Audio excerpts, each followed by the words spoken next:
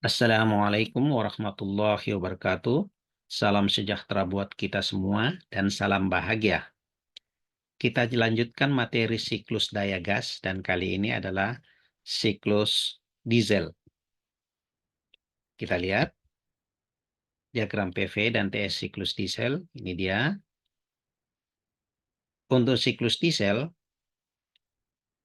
pemasukan kalornya itu terjadi pada tekanan konstan, sementara pembuangan kalornya itu terjadi pada volume konstan.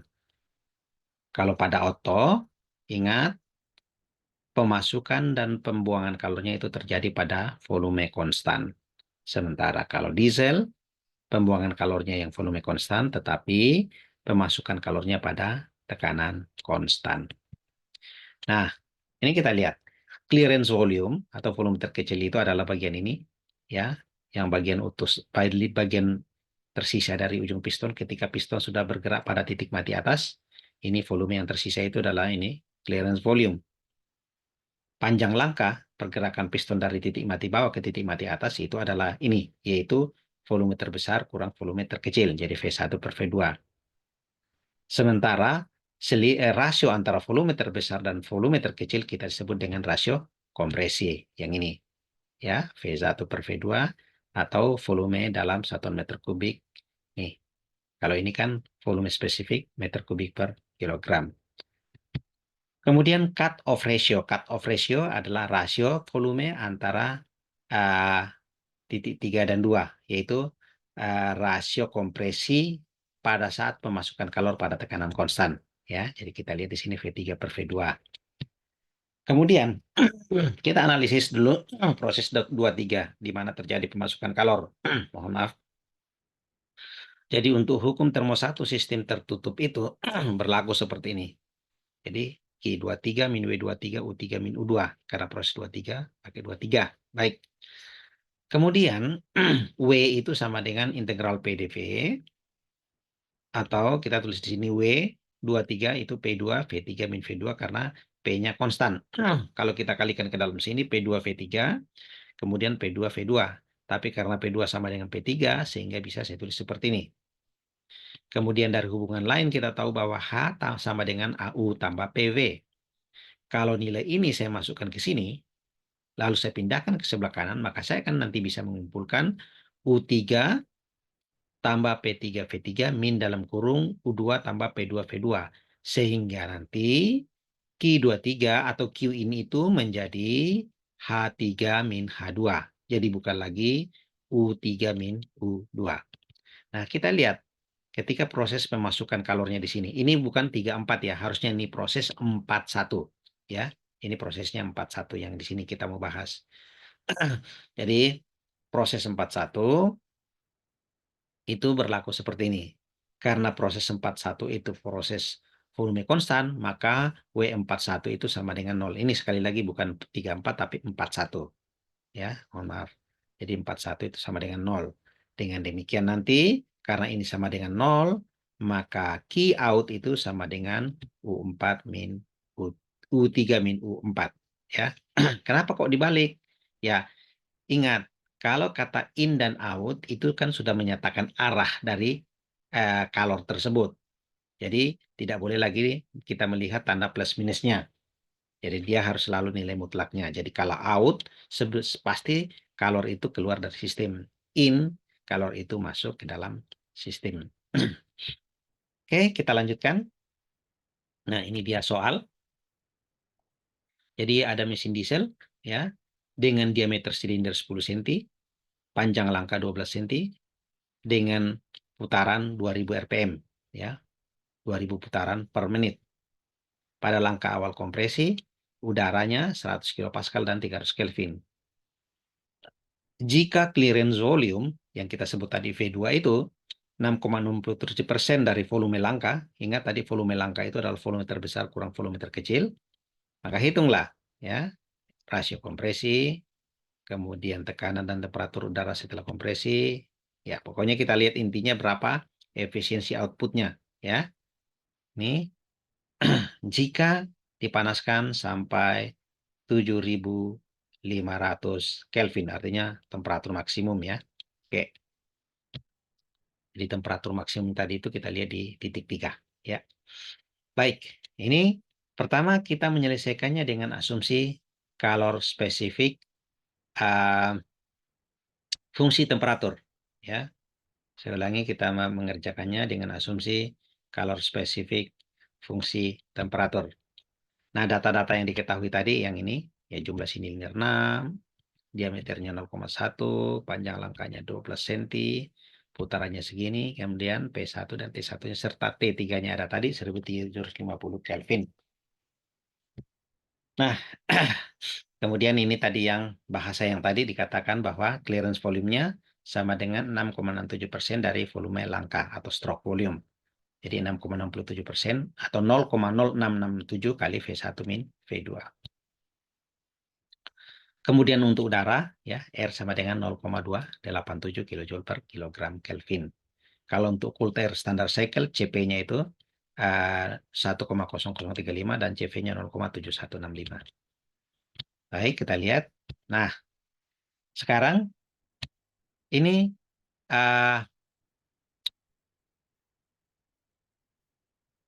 jadi kita mengevaluasinya di sini menggunakan asumsi kalor spesifik, bukan asumsi ya. Jadi kalor spesifiknya adalah fungsi temperatur. Ya, saya ulangi bahwa kita menganalisis di sini menggunakan kalor spesifik fungsi temperatur. Untuk kalor spesifik konstan, silahkan pemirsa sendiri yang mencobanya. Ya, oke. Dari persamaan ini tadi, V2 sama dengan 0,667% kali V1 min V2, ya. Di mana, ya, kalau kita lihat di sini, kalau kedua ruas ini saya bagi dengan V2, maka di sini menjadi 1. Ini 0,667. Ini menjadi V1 per V2. V1 per V2 itu adalah RV. Ya. Kemudian V2 per V2 menjadi 1. Kemudian yang ini saya pindahkan ke sebelah menjadi seper 0,00667. Ini sama dengan RV min 1.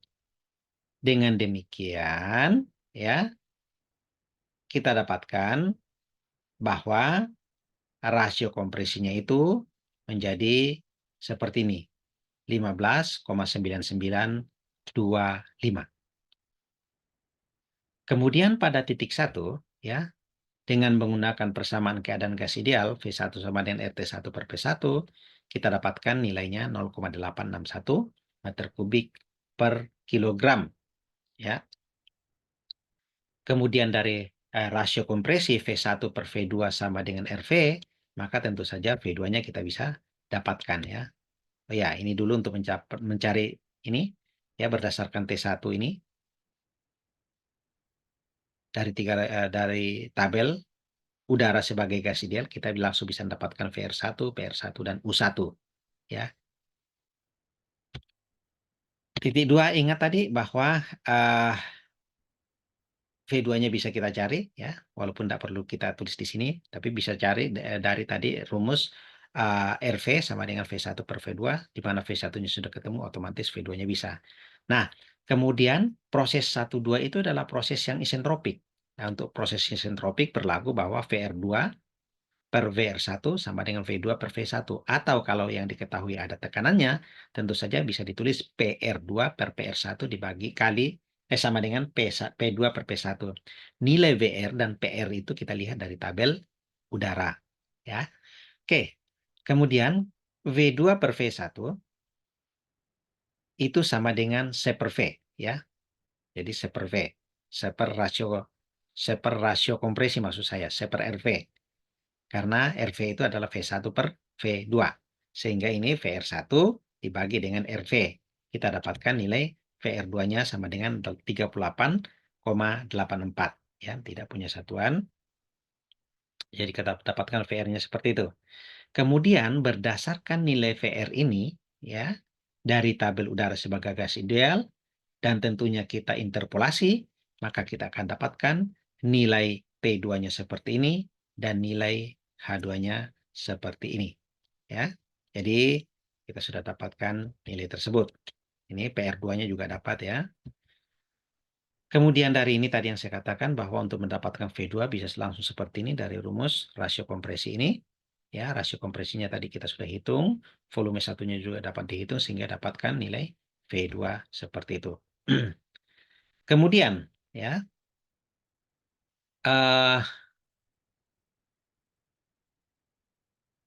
untuk P2 kita bisa menggunakan persamaan keadaan, yaitu PV sama dengan RT. Ingat, T2-nya sudah kita hitung tadi, V2-nya sudah ada, sehingga P2-nya bisa kita dapatkan menjadi RT2 per V2. Atau menggunakan persamaan PR2 per PR1 sama dengan P2 per P1. Dari situ, ini kan PR2-nya ada tadi, PR1-nya ada, P1-nya ada, sehingga dapatkan P2. Tentu saja nilainya ada sedikit perbedaan. Oke, baik, kita lanjutkan. Jadi kemudian kita lihat di sini, proses 23 berarti P2 sama dengan P3.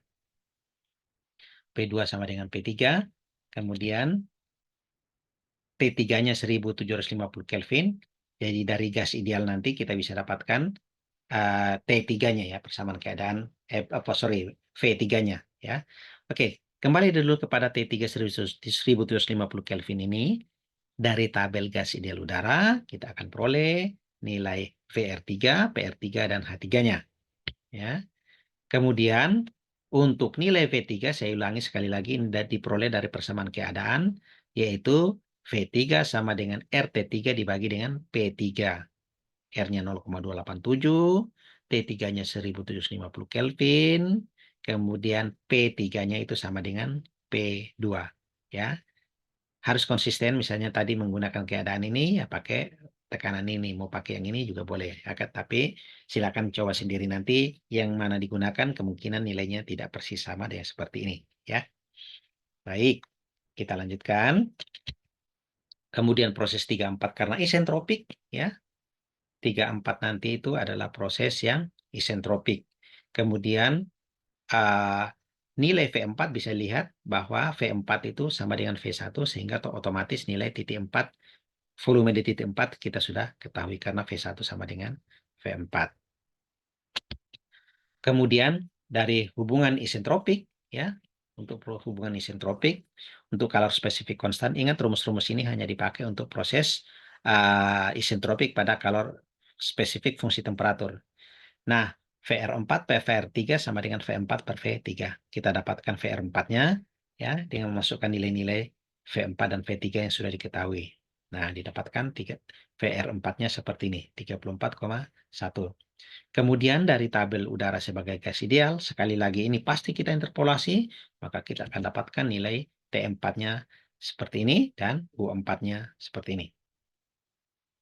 Lalu, ya, Qin itu sama dengan, kita sudah evaluasi tadi H3 min H2, kemudian Q out-nya itu adalah U4 kurang U1, W-net-nya Qin min Q out, ya. Ingat, semua yang kita hitung ini baru mengasumsi semuanya baru satu silinder ya. Semua yang kita hitung dari atas tadi, asumsi untuk satu silinder. Jadi W-net-nya di sini seperti ini, ya.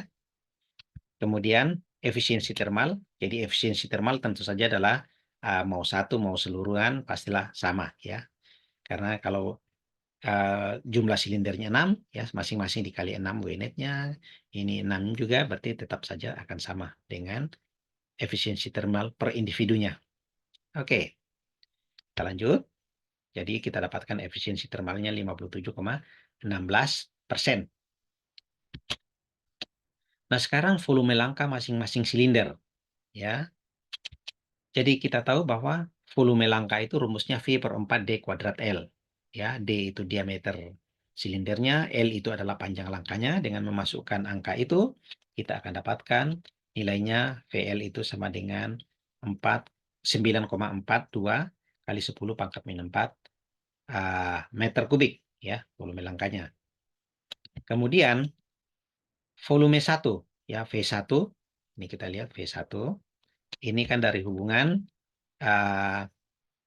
V2, ini kita lihat di atas, ini kan V2 sama dengan 0,667 0,0667 dikali VL. Ya.